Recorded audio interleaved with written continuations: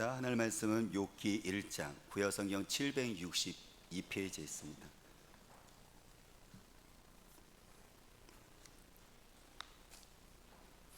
구약성경 762페이지 욥기 1장이요. 저희들이 오늘서부터 12월까지 욥기를 가지고 저희들이 하나님의 말씀을 같이 나눕니다. 물론 중간에 디모데후서 같이 짧은 장 성경이 또 들어오기는 하지만 주로 욥기를 가지고 저희들 말씀을 같이 나누도록 할게요.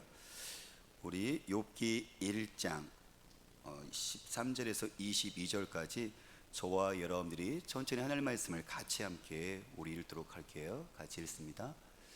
하루는 욥의 자녀들이 그 마다들의 집에서 음식을 먹으며 포도주를 마실 때 사환이 욥에게 와서 이르되 소는 밭을 갈고 나귀는 그 곁에서 풀을 먹는데 스밧 사람이 갑자기 이르러 그것들을 빼앗고 칼로 종들을 죽였나이다.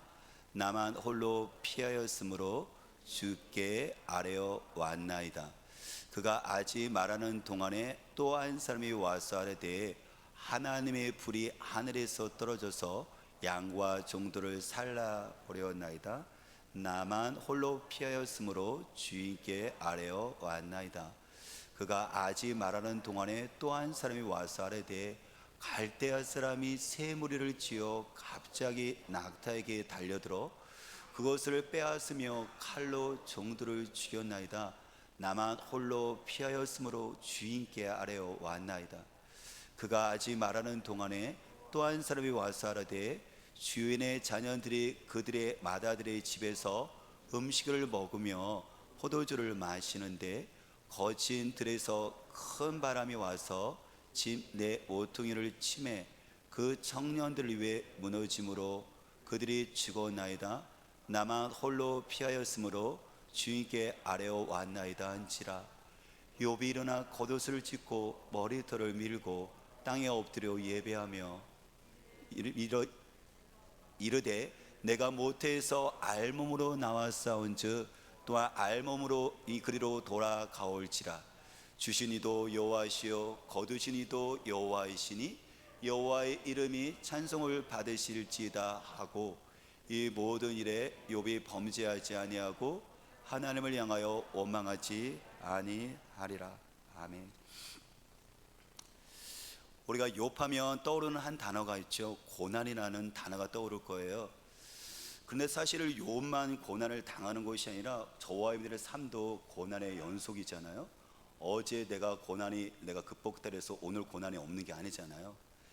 또한 우리들 자녀들도 마찬가지로 점점 커면 클수록 이렇게 고난이 더 많잖아요. 제가 청년들하고 어제 예배 후에 저희들이 독서 모임을 잠깐 했었는데 그때 이야기하면서 제가 나눴던 이야기가 있었어요. 그게 뭐냐면 아이들이 고난에 대해서 청년들도 물론 나름대로 고난이 있지만 저도 그 시절이 있었잖아요. 그래서 제가 그런 얘기를 했거든요. 20대에 보니까는 내가 하나님을 믿는 사람에도 불구하고 나의 능력과 힘이 90 정도가 됐었고 하나님을 의지하는 것이 한 10 정도 됐던 것 같다. 물론 이것은 주관적인 거예요. 다 다르죠, 그렇죠? 그렇기 때문에 내가 열심히 노력을 하면, 내가 힘을 다해서 하면 얻어지는 것이 상당히 많았다. 대학원을 가는 것이든 어떤 성취감을 얻는 것이든 어떤 결과를 얻는 것이 있었을 때 내가 노력하면 뭐든지 할 수 있다는 그런 자신감이 있었다. 그런데 현재는 내가 50대 중반을 가고 있는 나의 현재에서는 이게 거꾸로 되었다. 내가 할 수 있는 것은 거의 한 10 정도 되고 내가 할 수 없는 것들이 거의 90 정도가 되는 것들을 보아하죠. 이게 바뀌어지는 거죠. 그래서 정말 하루하루가 사는 것이 버겁고 버티는 것이 이게 기적 같은 것이 나의 현재의 삶이라고 이야기를 했었거든요. 여러분들은 어떠세요? 여러분들 삶 가운데 속에서 이 고난이라는 그 단어가 정말 내 친구처럼 옆에 있어서 늘 같이 함께 붙어 다니잖아요. 떨어지질 않아요. 마치 여자들은 친구가 있으면 심지어 화장실까지 따라가잖아요. 이 고난이라는 친구는 어떻게 하죠? 내가 학교를 갔더라도 따라다니고 심지어 내가 잠자고 있을 때도 이게 떠나질 않아요. 내가 어렸을 뿐만 아니라 심지어 죽는 그 순간까지 고난은 항상 내 곁에 있어서 늘 같이 동행을 하거든요. 그렇다면 이 고난을 친구를 떠낼 수 있는 게 아니니까 이 고난을 어떻게 우리가 이것을 대응할 것이고 어떻게 할 것이냐가 되게 중요하죠. 물론 나름대로 여러분들 믿지 않는 사람들도 이 고난이 우리가 믿지 않는 사람들 고난이 있기 때문에 나름대로 그 고난을 대응하는 방법들이 있어요. 심지어 신앙생활은 여러분들도 아마 고난을 대하면 이걸 어떻게 될 걸 여러분들 아마 반응하는 것들이 있을걸요. 근데 오늘 하나님께서 우리가 3개월 동안 욥을 주신 이유가 무엇일까? 전 저희 개인적인 뿐만 아니라 여러분들에게도 우리 교회에도 주시는 하나님께서 욥을 주신 하나님의 분명히 위로와 큰 생명의 메시지가 있을 거라고 생각이 들어요. 여러분들에게 우리에게 고난이 있죠. 개인도 그렇고 가족도 그렇고요. 다양하지만요 분명히 있어요. 그러면 오늘 욥을 통해서 하나님께서 나에게 어떻게 말씀하시고 또한 욥이라는 이 고난을 통해서 저와 여러분들이 이 고난을 극복해 나가는 하나님의 그 은혜가 우리 가운데 있어지기를 주의 이름으로 축복합니다.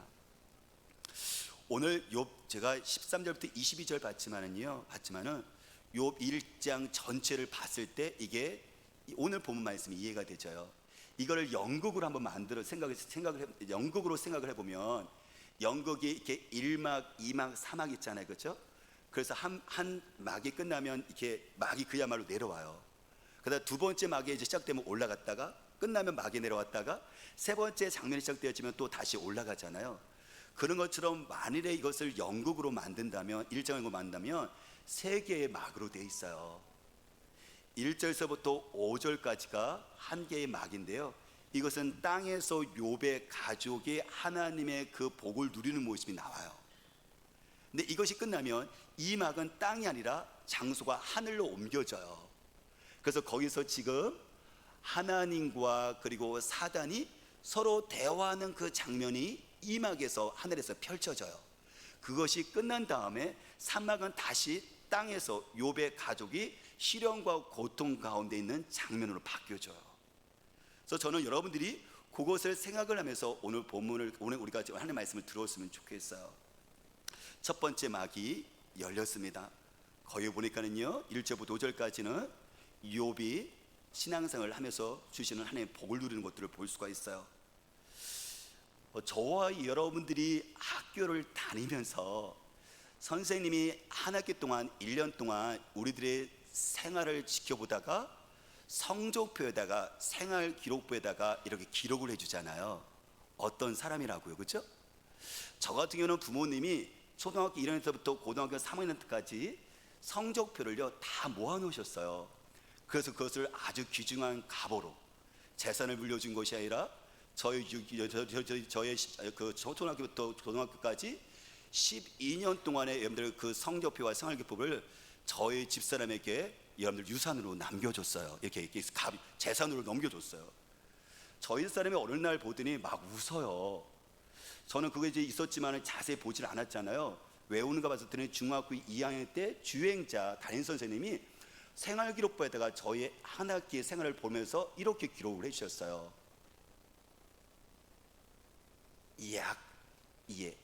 약삭 빠르기가 이루 말할 데가 없음. 여러분들 이해되세요? 그랬더니 어떤 분은 또 이러더라고요. 충분히 이해되지네요 라고 얘기하는 분이 또 있더라고요. 네, 저는 아직도 미스테리입니다. 왜 선생님이 저로 하여금 약삭 빠르기가 이루 말할 데가 없음이라고 거기다 기록해 줬는지 그때는 잘 몰랐으니까 지금 선생님을 뵌다면 그때 물어보고 싶어요. 어쨌든 선생님은 한 학기 동안 저를 지켜보면서 저에게 그 생활을 기록을 해주신 거예요. 하나님이 욥의 생활을 지켜보셨다가 신앙생활 기록부를 기록을 해주셨어요. 그것이 1절에 나와요. 1절 같이 읽어볼까요? 우스 땅에 욥이라고 불리는 사람이 있는데 그 사람은 온전하고 정직하여 하나님을 경외하며 악에서 떠난 자다라고 이렇게 기록을 해주셨어요. 욥은 뭐라고요? 욥은 보니까는 온전하고 정직했고 하나님을 경외했었고 악에서 떠난 사람이다라고 신앙생활 기록부에다가 기록을 해주셨어요. 하나님께서 욥만 기록했을까요? 아니죠. 목포에 유재민이라는 사람이 있는데 하면서 하나님께서 저희 신앙생활부도 기록을 해놓고 계시겠죠. 그죠? 하나님께서 황영훈이 목포에 황원인 형이 있는 영훈인 집사가 영훈이 있는데 영훈이는 이런 사람이라고 하나님께서 기록을 해놓고 하나님께서 소개를 또 하고 있겠죠. 여러분들에게는 어떤 신앙생활 기록부가 기록이 되어 있을까요? 근데 욥은 하나님을 정말 잘 믿는 사람이었어요. 그래서 하나님을 경외했다 했잖아요, 그렇죠? 근데 하나님을 잘 믿는 것은 이것은 우리에게 영향을 줘요. 교회에서 예배생활 잘하는 것을 그쳐지는 것이 아니라 하나님을 경외하는 욥을 보니까요, 그 앞에 보니까 뭐라고 돼 있어요? 그는 온전하고 정직했대요. 그러니까 신앙이 그의 성품과 인격을 터치를 한 거예요. 그의 내면을 다듬고 있었던 거죠. 아름답게 만들었던 거죠. 하나님을 경외했던 그 욥이 이제 어떻게 했다고요? 악에서 떠난 자래요. 그래서 그의 삶의 행동이 바뀌어요. 영향성이, 그렇죠? 우리가 바뀌지 않는 여러분들 내 삶의 그 모습을, 내 것을 하나님의 경외하는 그 신앙을 통해서 그것이 변화를 주고 있는 것들을 보게 되어진다는 거죠. 사랑하는 여러분, 저와 여러분들은 어때요? 내가 이렇게 하나님께 예배드리고 신앙생활을 우리가 계속 해오고 있는데, 그 신앙생활하는 것이 아무도 보이지 않는 이 내 마음, 이 내면을 여러분들 아름답게 가꾸고 있나요? 정말 바뀌지 않는, 저 사람은 바뀌지 않을 거야 라고 얘기하는 그 행동, 정말 나도 힘들어하고 있는 그 행동, 남편과 아내가 힘들어하고 있는 그 행동이 내가 믿는 그 예수 그리스도로 말미암아 그 악하고 그랬던 그 행동들이 바뀌고 있나요? 여러분들, 하나님을 믿는다는 것은 이 교회 하나님에서 뭐 예배 드릴 때 이때만 믿는 되는 것이 아니라 이렇게 나의 성품과 삶에 영향을 줘서 바뀌고 만든다는 거예요. 저와 여러분들의 이 신앙이 이런 욥과 같은 신앙이 되어지기를 주님으로 축복합니다. 그러자 하나님께서 이렇게 신앙생활을 잘하고 있는 욥에게 주시는 복이 있어요. 보니까는 2절 보니까 뭐라고, 어떤 복을 주세요? 그에게 아들 7과 딸 3이 태어났대요. 자녀의 복을 주시네요. 보니까는 3절 보니까 또 하나님께서 경외하는 욥에게 주신 복이 있어요. 3절, 그의 소유물에 복을 주시는데 양이 7,000마리고요, 낙타가 3,000마리고요, 소가 500결이, 결이는 쌍이니까 소가 1,000마리고요, 암나귀는 새끼를 낳을 수 있는 거잖아요, 500마리고요, 종도 많았대요. 그 당시에는 주식이나 어떤 집이, 여러분들, 이것이 재산이 아니라 가축이 재산이었었고, 종들이 노동력을 제공하기 때문에 이게 재산이었었거든요. 수많은 가축들이 있었고 그것을 돌보는 종들이 있었어요. 성경은 이야기합니다. 그는 동방에서 훌륭한 사람이래요. 그것은 그가 부자였다는 의미도 있고 동시에 그가 존경받는 사람이라는 것을 이야기하는 거예요. 그의 신앙은 이렇게 하나님께서 자녀에게 복을 주시고 물질의 복을 주시는 것들을 보게 되어져요. 또 우리들에게 큰, 여러분들, 부러움을 주게 하는 것이 뭐냐면 5절 말씀인데, 4절 말씀인데, 그의 아들들이 자기 생일에 각각 자기의 집에서 잔치를 베풀고 그의 누이 3명도 청하여 함께 먹고 마시더라. 10명의 자녀들이 있는데 아들들이 생일 잔치에 있으면 다 초청해왔고요, 거기서 같이 먹고 마시면서 사이도 좋아요. 우리가 여러분들 알잖아요, 그렇죠? 뭔가 유명한 사람들은, 돈 있거나 명 있는 사람들은요, 여러분들 다 그렇지는 않지만 많은 사람들이 성격과 삶이 그렇잖아요. 교만하잖아요. 다나아서는 부모가 뭔가 잘 살게 되면 자녀가, 대부분이 그렇지 않지만 자녀들이 그 부모의 그 돈으로 말미암아 자녀들이 그 혜택을 받으면서 자녀들의 삶이 엉망일 때가 많이 있지 않아요? 돈 때문에 서로 싸울 때가, 사이가 좋을 때 나쁠 때가 많잖아요. 근데 이 자녀들은 사이가 참 좋아요. 물론 하나님을 믿으면 이렇게 온전하게 이렇게 복이 이렇게 다 따라오는 것은 아니에요. 하나님 잘 믿음에도 불구하고 저와 여러분들이 많은 어려움과, 또 그러니까 경제적으로 또 우리가 어려움이 있을 수도 있고 자녀들도 어려움이 있을 수 있어요. 근데 그럼에도 불구하고 하나님을 잘 경건히 생활하는 사람들에게 있어서는 하나님께서 분명히 또 이런 복을 주시는 것도 사실이에요. 저는 저와 여러분들의 삶 가운데 속에서 욥이 누렸던 그 복이 우리에게도 하나님께서 허락하셔서 누려지는 우리가 되시기를 주님으로 축복합니다. 욥이 한 가지 자녀들에게 늘 했던 습관이 있었어요. 생일 잔치가 벌어지잖아요. 그러면 거기서 자녀들이 같이 모여갖고 음식을 먹고 마시잖아요. 그러면 그 잔치가 끝난 다음에 그 다음날 이른 아침에 10명의 자녀를 욥이 다 불러 모아갖고 무엇을 하고 있느냐면은 하나님께 바로 번제, 희생 제물을, 용서를 구하는 예배를 드려요. 왜 그랬을까요? 욥은 생각을 하는 거죠. 우리 아들과 딸이 잔치를 하다 보면 이 즐거움 때문에 하나님을 욕되게 할까봐, 하나님께 혹시라도 죄를 지을까봐, 무의식 속으로 그 잔치 가운데 죄를 지을까봐 그 다음날 자녀들을 보아놓고 하나님께 조바심을 가지고 철두철저하게 하나님께 지금 용서의 기도를, 예배를 드리고 있는 거예요. 그렇죠. 우리가 13절 보더라도 알고 있겠지만 그 당시에 잔치를 베풀게 되지며 음식을 먹을 뿐만 아니라 포도주를 마셨거든요. 왜냐하면 우리는 지금 물을 편하게 마실 수 있지만 중동 지역이나 이스라엘 같은 그런 지역 같은 경우는 사막 지역이기 때문에 물이 흔하지 않아요. 그래서 포도가 많이 나기 때문에 포도즙이 음료수 대용을 하는 거거든요. 어쨌든 잔치 가운데 속에 음식과 포도를 마게 되면 취하죠. 그러면 사람들은 무의식적 가운데 속에서 죄를 짓습니다. 그러니까 지금 욥은, 아버지는요, 아이들이 혹시라도 마음으로 이런 죄를 지을까봐 잔치가 끝난 바로 그 다음 날에 모아놓고요, 하나님께 용서의 제사를 지금 예배를 드리고 있는 거예요. 욥은 이렇게 자기 자신의 신앙 경건도 철저했지만 자기가 자녀들의 그 삶 가운데 자녀들도 경건의 삶을 이끌기 위해서 이렇게 조바심을 가지면서 철저하게 이끌고 있다는 거예요. 사랑하는 여러분, 그러면 하나님께서 오늘 통해서 우리에게 주신 말씀은 무엇일까요? 부모 세대인, 어린 세대인 우리도 이렇게 욥처럼 철두철미하게 우리가 신앙생활을 유지를 해야 되겠죠. 하지만 우리에게 맡겨진 자녀들이 있어요. 그 자녀들도 욥처럼 우리가 철두철미하게 조바심을 가지고 경건의 생활을 이끄는 것도 되게 중요하다는 거예요. 우리나라에서 많은 교단이 있는데요, 가장 큰 교단이 예장합동이에요. 예장합동 작년 5월 총회에서요, 교세복을 하잖아요. 인원수가 얼마다 복을 하잖아요. 그런데 거기에 공개된 어린이와 청소년 수가 2009년도에는 12만 3천 명 정도가 되었는데 작년 2020년에는 6만 9천 명으로 5만 4천 명, 다시 말하면 45%가 줄었어요. 근데 어린이와 청소년만 그런 것이 아니라 어른들도 55만 명 정도가 교회를 다니질 않는데요. 그러니까 갈수록 이게 신앙생활이 우리가 잘하지를 못하고 있는 거죠. 근데 욥은 어떻게 하고 있죠? 자기 자신이 경건 생활을 할 뿐만 아니라 자녀들에게도 여러분들 경건의 생활을 이끌 수 있도록 그가 정말 예수를 쓰고 있는 모습을 볼 수 있다는 거예요. 사랑하는 여러분, 그렇다면 하나님께서 저와 여러분들에게 누구를 이끌기를 원하십니까? 여러분들의 자녀들 이렇게 조바심을 가지고 이렇게 욥의 마음을 가지고 여러분들 철두철두하게 경건의 생활을 이끌고 있나요? 아니, 우리가 자녀들 뿐만 아니라 내 주변에 남편일 수 있고 아내일 수 있고 다른 사람들 수 있어요.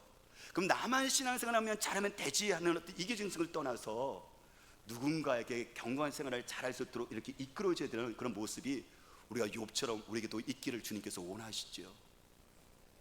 저와 여러분들의 삶 가운데 속에서 우리들의 신앙과 삶이, 또 우리들의 신앙이 나라에 그쳐진 것이 아니라 다른 사람들 삶도 신앙도 이끌어줄 수 있는 우리가 되시기를 주님으로 축복합니다.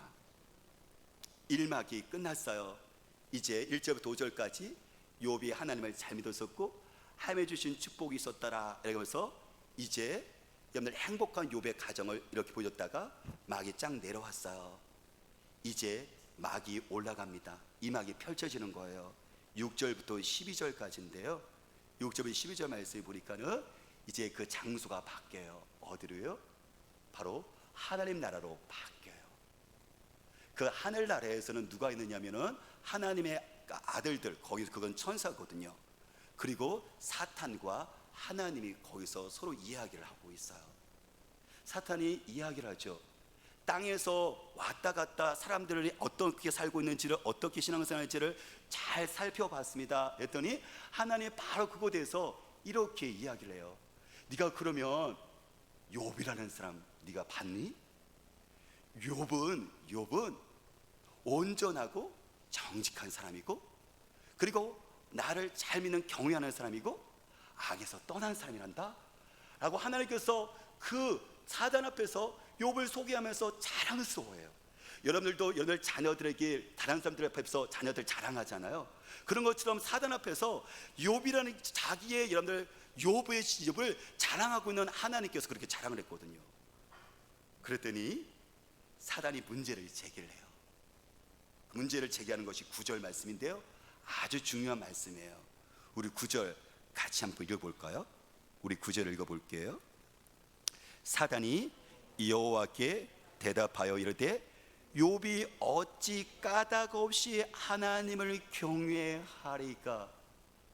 하나님이 지금 사단의 배 속에서 지금 자랑했잖아요. 욥은 하나님을 나를 경외하고 성품도 참 이쁘고 삶도 지금 변화되는 삶을 내가 그렇게 삶을 살고 있다 라고 얘기했더니 지금 사단이 뭐라고 했냐면 반론을 제기해요. 하나님, 욥이요? 어찌 까닭 없이 하나님을 경외하겠습니까?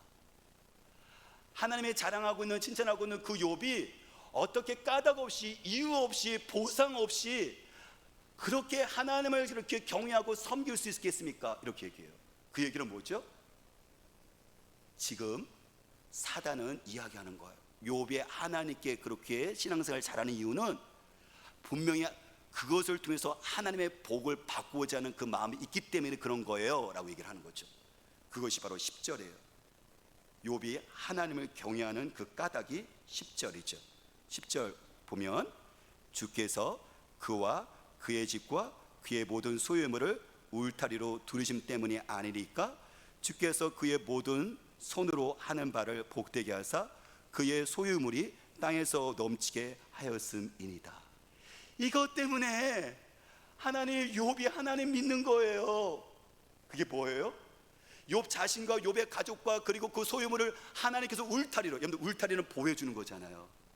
하나님께서 그것을 보호해 주고 계시고 욥이 하나님 그 일마다 하나님께서 복을 주셨기 때문에 욥이 그 복 때문에 하나님을 믿는 것이지, 자기의 그 보상 때문에 하나님을 믿는 것이지, 그 하나님 주신 복이 없다면 하나님 그렇게 안 믿을걸요? 하나님 그렇게 열심히 그렇게 신앙생활 안 할걸요? 라고 반론을 제기하는 거예요. 그러니까 욥이 믿는 그 이유는 뭐예요?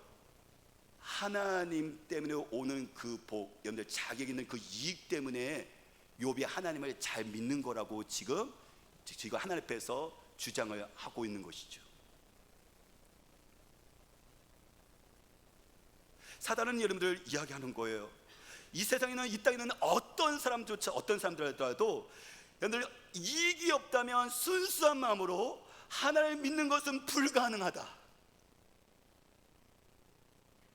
하나님을 믿는 것이 그것이 경제적인 것이든 돈이든 사업이든 직업이든 자녀든 건강이든 어떤 것이 그에게 주어지는 그 이익, 그 조건, 보상이 있기 때문에 그가 신앙생활하는 것이고 하나님을 믿으려고 애를 쓰는 것이지, 그 조건들이 없다면 순수하게 하나님을 믿지 않을 것이다, 이거는 불가능한 겁니다 라고 하나님께 대들고 있는 거예요. 이게 그래서 지금 어떡하죠? 욥을 지금 고발하고 있는 거예요. 그거 아닙니다라고요. 이 사단은 100% 확신합니다.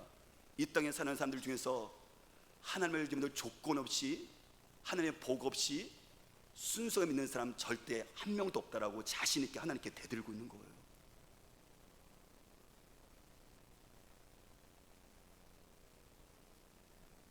우리는 어떤가요? 정말 저와 여러분들에게 하나님이 주시는 그 복 없이 저와 여러분들이 하나님만을, 그분만을 우리가 믿을 수가 있나요? 이 사단의 고발 속에서 이게 사단도 지금도 저와 여러분들 똑같이 고발할 텐데, 여러분들 유죄문하는 사람이 하나님 믿는 그 이유가 무엇 때문인지를 사단은 여러분들 분명히 고발할 텐데, 그 속에서 여러분들 우리는 사단을 통해서 그것을 우리가 다 고발되어지고 있는데, 그 속에서 저와 여러분들은 왜 신앙생활을 하고 있는 겁니까? 왜 우리는 여러분들 이 시간에서 예배를 드리고 있는 것입니까? 왜 우리는 기도를 이렇게 부르짖고 있는 것입니까? 사단은 이게 불가능하다는 거예요. 이 땅에는 어떤 사람도 자기의 유익이 없으면 하나님을 온전히 섬길 수 없다라고 결론 짓고 장담하고 하나님께 반론 제기하고 있는 거죠. 다니엘서 3장 17절 18절 말씀 보면 성경은 이렇게 얘기를 해요. 이것을 뒤집어 버리는, 아니다, 하나님이 주시는 까닭, 조건 없이도 순전하게 하나님을 섬기는 사람들이 있다는 것을, 가능하다는 것을 다니엘서 3장 17절 18절에 성경이 이야기합니다. 왕이여, 우리가 섬기는 하나님이 계시다면 우리를 맹렬히 타는 풀무원 가운데서 능히 건져내시겠고 왕의 손에서도 건져내시리다. 그렇게 하지 아니하실지라도, 그리 아니하실지라도 왕이여 우리가 왕의 신들을 섬기지 아니하고 왕이 세우신 그 신상에게 절하지도 아니할 줄을 아옵소서. 다니엘과 세 명의 친구인데 바벨론의 포로로 끌려간 거예요. 나라가 망해서 포로로 끌려간 거예요. 지금 우리나라가, 그러니까 나라가 망해서 일본으로 끌려간 것처럼 다니엘과 세 명의 친구가 자기 나라가 망하니까 적국엔 바벨론 나라가 들어가 있는 거예요. 근데 그들이 거기서 여러분들 이 모양 저 모양으로 그래도 여러분들 성공을 해요. 그래서 그 당시에 바벨론 적국의 왕의 신임을 받아서 신하가 되어지거든요. 근데 그들의 정적이 여러분들 그들의 시기심으로 왕에게 제안을 했죠. 왕이여 신상을 하나 크게 만들어 놓게 하셔서 사람들이 다 보이게 엄청 크게 신상을 만들어 놓은 거예요. 그 신상이 여러분들 여러분 느부갓네살 왕의 신상인지 아니면 그들이 섬기는 신인지 어쨌든 신상을 만들어 놓고 여기다 다 절을 하게 해주세요. 절을 하지 않는 사람들은 왕의 목에 경력하기 때문에 푸른 불에다 다 집어넣어서 죽이십시오 라고 제안을 했었고 왕이 그걸 받아들여요. 왜냐하면 그 당시에 왕들은요 그것을 통해서 자기들의 권력을 유지하고 카리스마로 여러분들 그걸 붙잡았거든요. 활용했거든요. 근데 걸린 사람이 있어요. 누구요? 다니엘과 세 명의 친구들은 그 신상에 절을 할 수가 없어요. 그건 우상 숭배니까, 하나님 위에 다른 신을 섬기는 거니까. 그래서 왕이 안타까워서 얘기를 하죠. 왜냐하면 그 신하들을 평소에 신실했었거든요. 네가 지금 이 자리에서 네가 신에게 신상 앞에서 절을 하라. 그러면 살 수 있다고 얘기를 해요. 그랬더니 다니엘과 세 명의 친구들이 거절하면서 했던 고백이 17, 18절에 나와요. 왕이여 살아계신 하나님, 우리 하나님은 전능하신 분이신데 우리가 푸른 불에 들어간다 할지라도 우리를 건져내실 거예요. 그분은 그렇게 하실 분이거든요. 그런데 그리 아니하실지라도, 하나님 무슨 이유 때문인지는 모르겠지만 하나님께서 우리를 푸른 불 속에서 건져내지 않고 우리가 푸른 불 속에서 불타서 고통 가운데 고난 가운데 죽을지라도 우리는 왕의 신들의 앞에서 절을 하지 않을 것이고 신상 앞에서 우리는 절하지 않을 것입니다. 하나님은 나의 하나님이십니다라고 고백을 해요. 그렇죠. 하박국 3장 17절과 18절에 성경이 이야기합니다. 비록 무화과 나무가 무성하지 못하며 포도나무에 열매가 없으며 감람나무에 소출이 없으며 밭에 먹을 것이 없으며 우리의 양이 없으며 외양간에 소가 없을지라도 나는 여호와로 말미암아 즐거워하며 나의 구원의 하나님으로 말미암아 기뻐하리로다. 그래요. 그렇죠. 하박국 선지자가 했던 그 고백이 무엇이었던 것이었어요? 여러분들 우리에게 있어서 무화과 나무가 무성해야 되잖아요. 포도나무가 열매가 주동주동 열매 되잖아요. 감람나무에 소출이 많아야 되잖아요. 밭에 먹을 것이 많아야 되잖아요. 양이 많아야 되죠. 외양간에 소가 여러분들 많이 해야 되는 거죠. 그렇다면 우리가 여호와께 기뻐하며 즐거워하며 하나님은 복을 주셨고요 여호와를 이름을 찬양받으시라고 외쳐야 되는 거잖아요. 이게 우리가 바라는 신앙의 모습인 거잖아요. 이렇게 되어야 되는 거잖아요. 근데 안타깝게도요 그것이 아니라 우리가 바라지 않는 고난 속에서 외양간에 소가 없어지네요. 소출이 없어지네요. 밭에 아무것도 낳지 못하네요. 오히려 바벨론은 그 나라가 쳐들어와서 모든 것들을 다 빼앗기고 남겨놓은 것까지 다 기근이 나서 모든 것들이 하루가 살기가 버겁네요. 여러분들 여기서 어떤 고백을 할 수 있습니까? 하나님은 살아계십니다. 위대하십니다. 그 이름을 높일 수가 있습니까? 그렇기 때문에 지금 사단이 고발하는 거예요. 네가 외양간에 소가 있기 때문에, 밭에 소출이 있기 때문에, 포도나무가 무성으로서 소출이 때문에 모든 것이 사업이 잘 되고 자녀가 잘 되기 때문에 네가 여호와의 영광을 받으시러 선포할 수 있는 것이지, 그것들이 하나하나 사라진다면 네가 그럼에도 불구하고 하나님을 기뻐할 수 있니? 하나님을 즐거워할 수 있니라고 지금 사단이 고발하고 있고 하나님께서 우리에게 물으시는 거죠. 사단의 질문은 정말 불편한 질문이에요. 사단의 질문이 없었으면 좋겠어요. 근데 분명한 것은 뭐냐면 사단이 지금 하나님께 던진 그 질문은 욥에 대한 질문인 것이고, 어쨌든 오늘 본문 말씀을 통해서 하나님께서 지금 사단을 우리에게 고발하는 거예요. 재문이가 못 받는 재문이가 이것도 없으면 하나님을 그냥 순전한 마음으로 섬길 수 있을까? 라고 하나님 앞에 고발한다면 여러분들은 어떻게 대답하시겠습니까?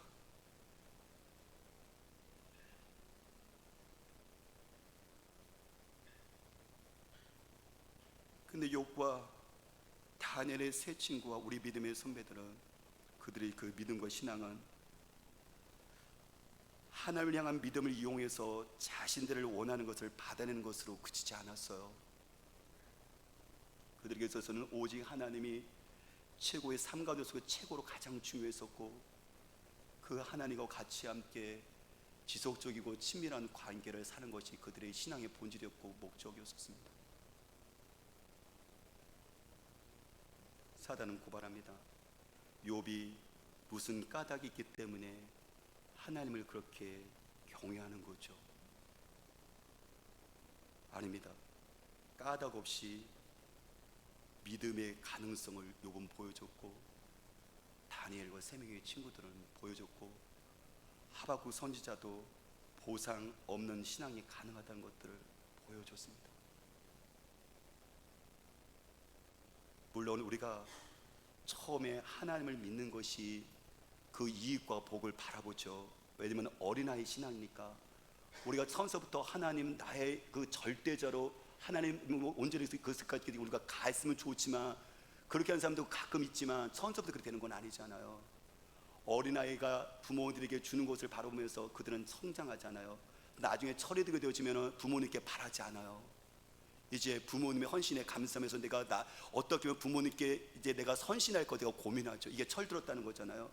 물론 철들지 않은 자녀들 같은 경우는 나중에 부모님이 돌아가시면 그 재산을 어떻게 차지할까라고 이런 못된 생각도 하지만, 이게 인간의 본능이지만, 철든 자식은요 어렸을 때 부모님부터 헌신을 받아요. 그 복을 누리려고 하죠. 요구하죠. 그런데 점점 자라면서 어떻게 하죠? 철이 들면 부모님께 요구하는 것이 아니라 어떻게 보면 부족하지만 어떻게 보면 부모님께 헌신하는 것들이 우리 마음의 고민이잖아요. 우리가 신앙생활 했을 때, 어린애가 되셨을 때는 그래요, 받아야 돼요, 누려야 돼요, 복 주셔야 돼요. 근데 여러분들 그것이 그쳐지는 것이 아니라 이제 나중에 철이 들게 되어지면 하나님의 그 헌신에 대해서 우리도 반응하면서 하나님께 나의 삶을 어떻게 드릴까 좀 고민하는 흔적들이 있었을 때, 이것이 우리에게 필요하다고 성경은 이야기를 하고 있는 거죠.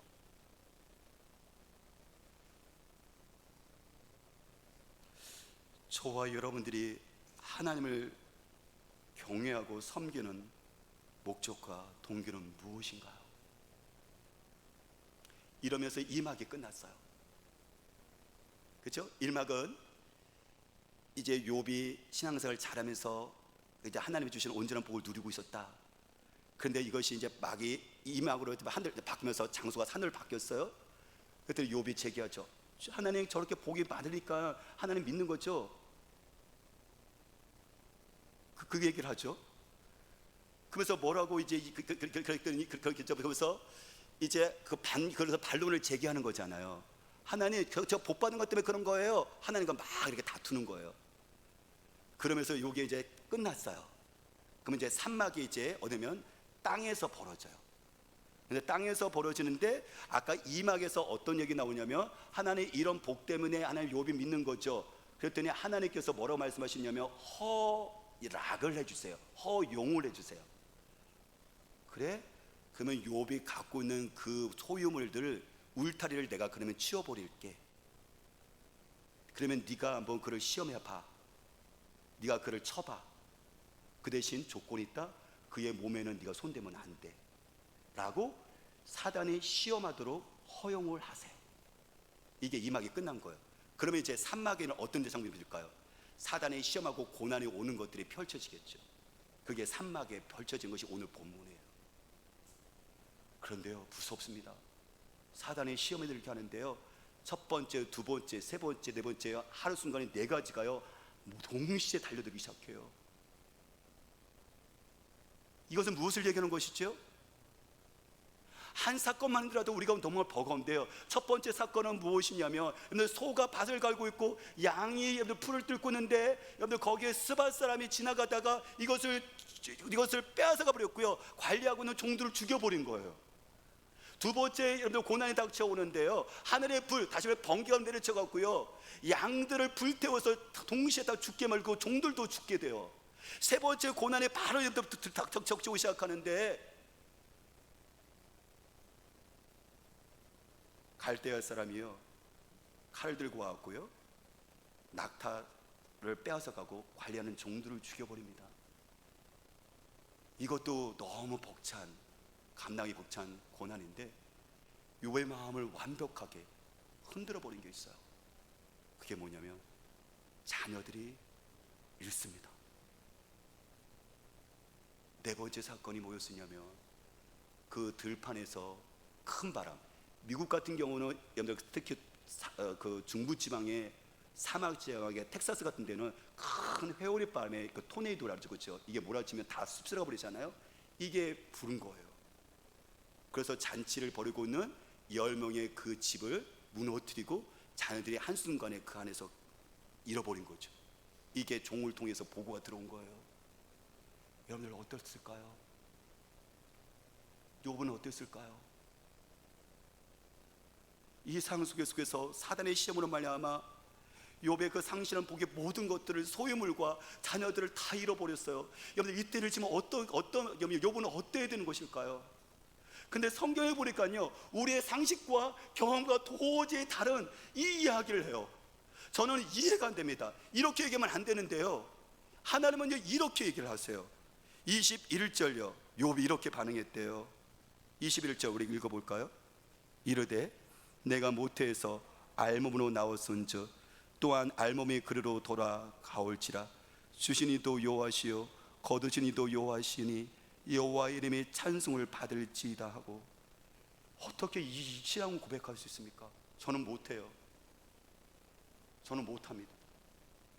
내 소유물이 모든 것들을 빼앗기고 자식까지 다 내 모든 것이었던 나보다 소중한 자식도 한순간 잃었는데요 여러분들 내가 모태에서 알몸 왔을 거 알몸으로 간다. 하나님 주신 것도 하나님이시고 취하신 것도 하나님이시다. 하나님 이름의 영광 받으십시오. 여러분들 어떻게 이렇게 얘기를 할 수 있어요? 못합니다. 아니요 입으로는요 그럴듯하게 할 수 있지만 이 마음으로 따라올까요? 이 가슴으로 울릴 수 있을까요? 못합니다. 여러분들 할 수 있습니까? 근데 욥은 이게 입술 고백이 아니라 마음의 고백으로 나와요. 물론 평소에 욥이 하나님의 주인 되심에 대해서 주권 되심에 대해서 철저하게 연습하고 훈련하는 연습을 했을 거예요. 자식도 하나님 것이다. 그리고 또한 이 물질도 내 것이 아니라 하나님이 주신 은혜라는 것들을 철저하게 고백하는 연습을 했기 때문에 이 부분이 감당되는 것도 있지만 저는 그 순간에요 하나님의 은혜가 임했다고 저는요 마음에 거의 확신을 해요. 저는 제 마음 가운데 이것으로 끙끙댔거든요. 하나님 이게 어떻게 가능해요? 하나님 이게 어떻게 가능해요? 제가 어젯밤에 이 말씀을 가지고 씨름하면서 끙끙댔었을 때 제 마음 가운데 이것은 하나님께 던진 질문이잖아요. 근데 제 마음 가운데 어떤 것이 들어왔냐면 20절 말씀이 들어왔어요. 20절 말씀을 읽어볼까요? 욥이 일어나 겉옷을 찢고 머리털을 밀고 땅에 엎드려 예배하며. 자기 모든 소유물이 다 이거 죽었고 종들도 다 죽었고 재산이 날아간 거예요. 근데 심지어 자기 자녀들까지 다 잃었다 했었을 때 욥이 그 이야기를 듣고 욥이 했던 것은 뭐냐면 그 자리에 일어섭니다. 옷을 찢어요. 옷 찢는다는 게 얘기하면 하나님 너무 힘든다면 여러분들이 고통에 대한 표시거든요. 머리를 밀어요. 하나님 저는 끝났습니다라는 이 절규를 여러분들 표시하는 거거든요. 그가 엎드려 하나님께 예배했을 때 하나님 이렇게 됐을까요? 아니요. 그는 울음이 터집니다. 하나님께 절규합니다. 하나님 나에게 낙타도 잃었고요 소도 잃었고요 하나님 아버지 나에게 양도 잃었고요 그런데 하나님 그런데 아들 딸만큼은 잃지 말아야 되지 않습니까? 하나님 어찌해야 됩니까? 라고 하나님 나에게 왜 이런 고통이 있습니까? 라고 욥은 그것을 분명히 절규했을 거예요. 본문은 나오고 있지 않지만 인간이라면 여러분들 울부짖음이 있을 수밖에 없죠. 여러분들 절규가 있을 수밖에 없죠. 저는 믿어요. 그때 저희 하나님께서 주신 말씀이 뭐냐면 성령께서 그의 마음 가운데 그 속에 하나님의 은혜를 부어주셨다. 성령께서 그의 마음 가운데 하나님의 은혜를 부어주셨다. 이게 뭐냐면 고난을 초월하는 여러분들 이게 고백이잖아요. 이건 하나님의 은혜가 없이는 인간의 힘으로 불가능합니다. 인간의 지식과 능력과 경험과 인간의 모든 것들을 동원할지라도 이 엄청난 고백 속에서 주어진 것도 요하시고 취하신 것도 요하십니다라고 이 고백하는 입술의 고백이 아니라 진짜 가슴에서 울려나오는 것은 이거는 인간의 고백이 아닌 거예요. 하늘에서 성령께서 이 마음을 만져주시고 도와주셔야지만 이것이 가능한 것이고 고백이 터져나오는 거예요.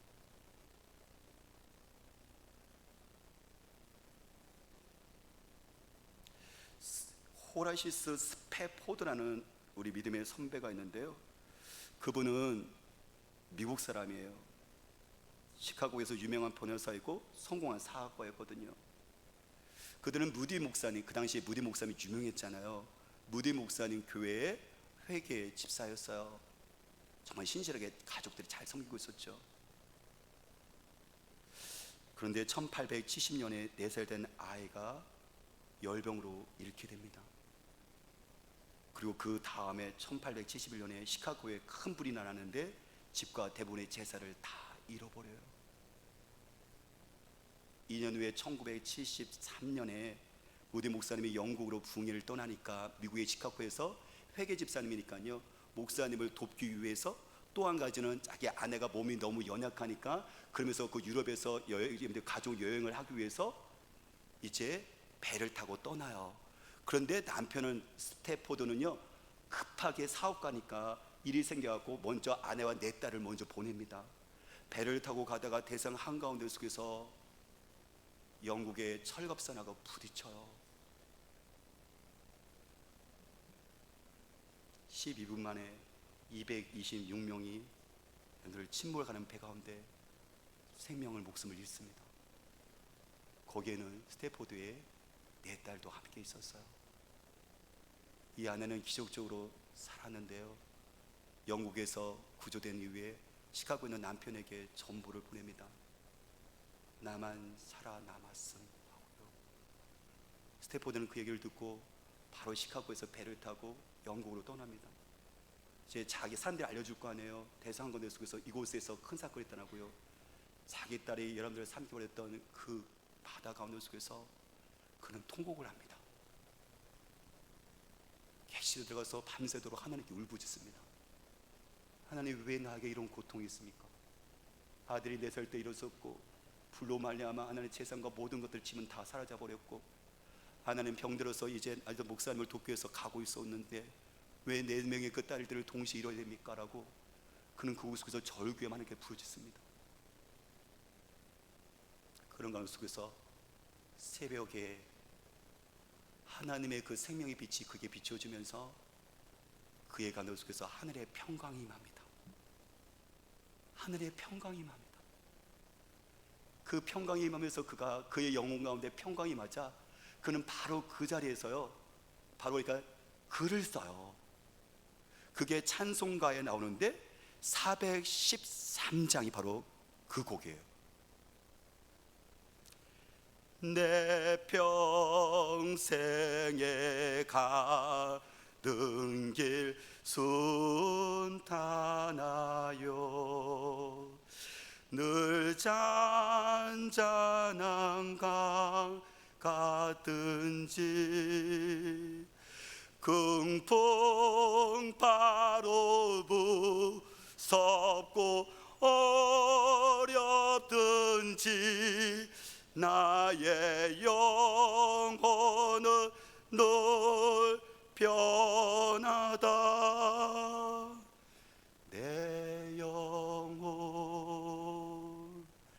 평안해. 내 영혼 평안해. 저 마귀는 우리를 삼키려고 입 벌리고 달려와도 주 예수는 우리의 대장되니 끝내 싸워서 이기리라.